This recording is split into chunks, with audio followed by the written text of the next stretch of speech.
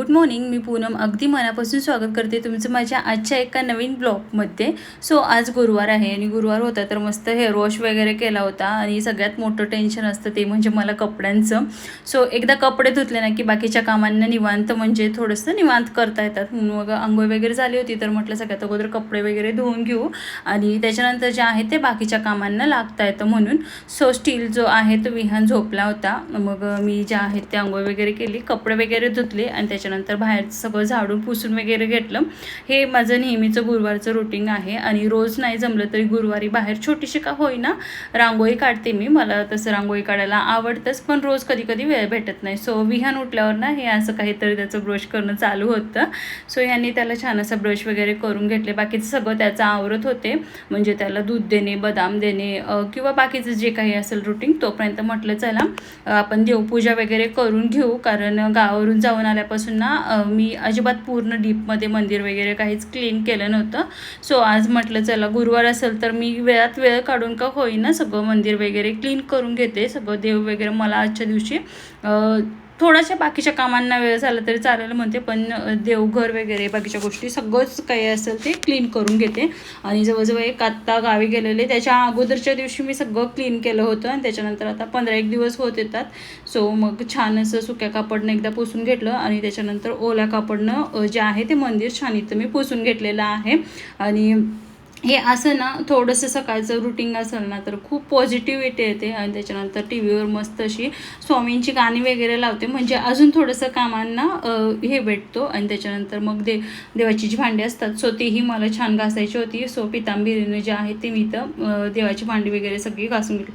आता दोन्ही अर्थांचा काही तर यूज होत नाही तरी जे आहे ती मी मध्ये मध्ये घासून ठेवतच राहते. सो ही सकाळची कामं केली ना की घरात एक वेगळीच पॉझिटिव्हिटी येते. तुम्ही एकदा ट्राय करून नक्की बघा. आता हेच कामं झाली ना की पटकन मी झाडू फरशी वगैरे करून घेते कारण मग झाडू फरशी ज्या आहेत ते विहानला आंघोळीला पाठवते आणि त्याच्यानंतर झाडू फरशी वगैरे करून घेते आणि त्याच्यानंतर जे आहेत ते विहान आणि मी मस्त असे आम्ही दोघं मिळून देवपूजा वगैरे करतो. आतापासून मग मी विहानला थोडं ह्या गोष्टींची सगळी सवय लावते. त्यालाही तसं आवडतं.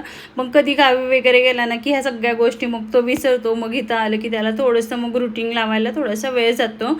आणि मग संध्याकाळचा दिवाबत्ती असेल किंवा मग सकाळचे असेल ते सकाळी इतकं रोज नाही वेळ भेटत पण संध्याकाळी जे आहेत ते आम्ही दोघे मिळून मस्त देवपूजा वगैरे करून घेतो. आता ब्रेकफास्ट ना भरपूर दिवस झाले मी सकाळचा असा वेगळा ब्रेकफास्ट काहीच करत नाही. नॉर्मल भाजी भाकरी हेच चालू होतं म्हणजे गावावरून आल्यापासून साधी मी पोही पण बनवले नव्हते सकाळच्या ब्रेकफास्टला. पण आजपासून ठरवलं आहे की रोज एखादा तर वेगळा जो आहे तो ब्रेकफास्ट मी बनवणार म्हणून विहानसाठी कारण ते आता त्याला जरुरीच आहे. आणि पालक जे आहे ना सो तसं मुलं इतकं खायला बघत नाहीत. मग त्यामुळे जे आहे ते एक आईची कसरत असते की आपल्या मुलांना थोडंसं हेल्दी खावावं म्हणून. सो मी इथं पालक घेतलेला आहे आणि त्याच्यामध्ये मीठ टाकून स्वच्छ 2 ते 3दा मी पाण्यामध्ये धुवून घेते कारण आता तुम्ही खालती बघू शकता याच्या किती माती आणि किती हे असतं. सो त्यामुळे जे आहे ते मी 2-3 वेळा पाण्यात धुवून घेतलेला आहे पालक आणि त्याच्यानंतर जे आहे ते गॅसवर थोडासा बॉईल करण्यासाठी ठेवलेला आहे. आता भरपूर शिजवायचं नाही तर मग ते पूर्ण हे होऊन जातं. सो थोडा वेळ जे आहे ते पाण्यातून मी पालक उकळून घेतलेला आहे. तोपर्यंत इथं मिक्सरच्या भांड्यामध्ये मिरची घेतलेली आहे, आलं लसूण घेतलेलं आहे आणि त्यात थोडंसं ना जिरं टाकलेलं आहे मी आणि मिक्सरला जे आहे ते फिरून घेतलेलं आहे. त्याच्यानंतर इथं चपातीचं पीठ घेतलेलं आहे. तर हे 2 प्रकारचं चपातीचं पीठ होतं. एक तर मी गावावरून लास्ट टाईम आणलेलं ते जे गहू होते सो ते आणि इथून मग गहू आणलेले असं दोन्ही मिक्स केलं मी आणि त्याच्यानंतर मग हे चपातीचं पीठ चाळून वगैरे घेतलेलं आहे. आता पालक थोडासा शिजला होता तो मिक्सरला मी जे आहे तो असं बारीक प्युरी करून घेतलेले आहे. आणि त्याच्यानंतर ह्या चपातीच्या पिठामध्ये थोडंसं मीठ टाकायचं आणि जे आपण पालक जो मिक्सरला बारीक केलेला आहे सो तो ह्याच्यामध्ये टाकून थोडं टाकून जे आहे ते आपल्याला छान मळून घ्यायचं आहे. आता जे पालक आपण शिजवतो त्यामधलं थोडंसं पाणी राहतं ना सो ते अजिबात वेस्ट करू नका कारण त्याच्यात मेन म्हणजे आयर्न असतं. सो ते पाणी तुम्ही चपातीमध्ये जर ह्या पिठामध्ये मळताना कमी पडत असेल तर ते घालून तुम्ही जे आहे ते पीठ छान मळून घ्या. आणि हे पण घालून जर ते पाणी उरलेलं असेल तर डाळी किंवा भाजीमध्ये आपण यूज करू शकतो कारण जितकं आपण ह्या पालकची प्युरी केलेली त्याच्यामध्ये जे आयर्न असतं सो तेवढंच आयर्न त्या पाण्यामध्ये पण असतो. So don't waste.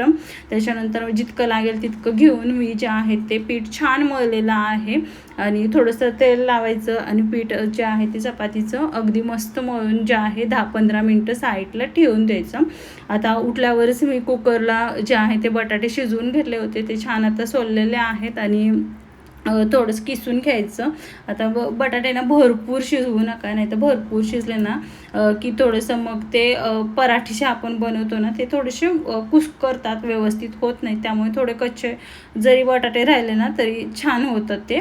सो इथं मी बटाटा कुस्करून घेतलेला आहे आणि त्याच्यानंतर जे आहे इथं मी चवीनुसार थोडंसं लाल तिखट टाकलेलं आहे, मीठ टाकायचं आणि त्याच्यानंतर माझ्याकडे गरम मसाला आहे. सो मी तो गरम मसाला यूज केलेला आहे. त्यामध्ये धणेपूड आहे, जिरं पूड आहे, म्हणजे बेसिक जे मसाले असतात ना ते सगळेच होते त्याच्यामध्ये. मी हा नेहमी असा बनवून ठेवते, इमर्जन्सीच्या टायमिंगमध्ये जे आहे ते यूज करता येतं. आणि त्याच्यानंतर मिक्सरला बारीक केलेले लसूण, मिरची वगैरे आहे, त्याच्यामध्ये थोडंसं जिरं वगैरे टाकलेलं.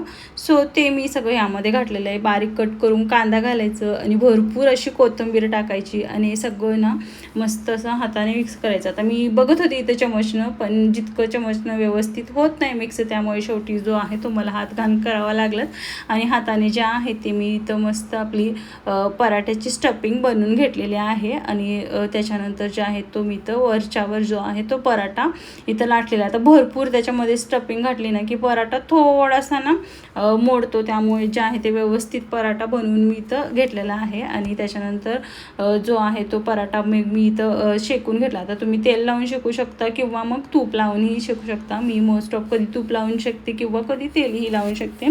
आणि दोन्ही बाजूंना छान अगदी खरपूस जे आहे ते पराठे भाजून घ्यायचं. आणि इथं बघू शकता तुम्ही इतके छान आणि मस्त होतात ना, म्हणजे आता मला असं झालं होतं की मी आता रोज नवीन काही पण रेसिपी आहेत ना सो त्या बनवणार, कारण खूप दिवस झाले मी असं वेगळं काहीच बनवत नव्हती. गावीही गेलेली तेव्हाही विह्यांसाठी बनवत नव्हती. पण आता म्हटलं आता कंटाळा करायचं नाही रोज, कारण आता मग जर त्याला स्कूलला जायचं असेल तर त्याच्या टिफिनसाठी ह्या सगळ्या गोष्टी आता मला बनवाव्या लागणारच आहेत. सो त्यामुळे जे आहे ते मी सकाळी मस्त असं पराठा बनवून घेतला आणि गरम जे आहे ते विहानला ह्यांना खायला दिला होता. सो हे म्हणत होते टेस्टला खरंच खूप छान झालेला आहे आणि विहानने पण आज पोटभर असा नाश्ता केलेला आहे. आणि इथं बघू शकता इतके सॉफ्ट आणि इतके छान झालेत ना, म्हणजे तुम्ही टिफिनला इव्हन जरी दिलात ना मुलांच्या तरी ते इतके ते आवडीनं खातील आणि मेन म्हणजे हेल्दी आहे. सो पालक तसंही मुलं खायला बघत नाहीत. आणि त्याच्यानंतर नाश्ता वगैरे केला आणि मेन काम असतं ते म्हणजे किचन क्लीन करणे, हे सगळ्यात मोठं असतं.